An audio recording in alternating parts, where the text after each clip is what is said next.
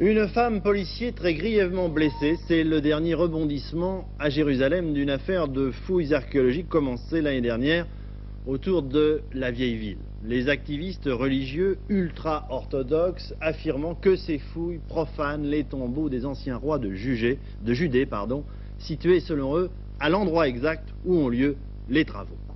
La violence de ces orthodoxes qui n'acceptent pas même de reconnaître l'État d'Israël, qui ne doit selon eux que revivre à la fin des temps, est bien connue et redoutée même de la police. De Jérusalem, notre correspondant Didier Pellebeau.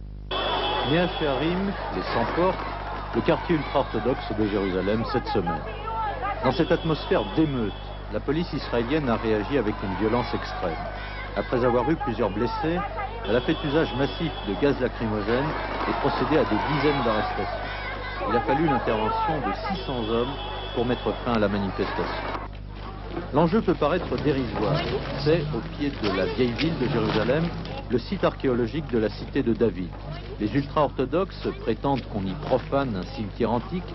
Le ministère de l'Éducation nationale, responsable des fouilles, a érigé un mur pour protéger le secteur où peuvent se trouver des tombes, mais cela n'a pas suffi. Le travail doit se faire sous protection policière. L'arme principale des ultra-orthodoxes est la prière. Mais cette fois, ils n'ont pas hésité à avoir recours à la violence contre la police et les institutions israéliennes qu'ils ne reconnaissent pas. Ils dénoncent ce qu'ils appellent l'imposture sioniste. Ils s'appuient sur leur interprétation d'un commentaire biblique interdisant la renaissance de l'État juif avant la venue du Messie. Cet homme est l'un de leurs rabbins, Moshe Hirsch. Il se fait pompeusement appeler ministre des Affaires étrangères de sa secte chassidique.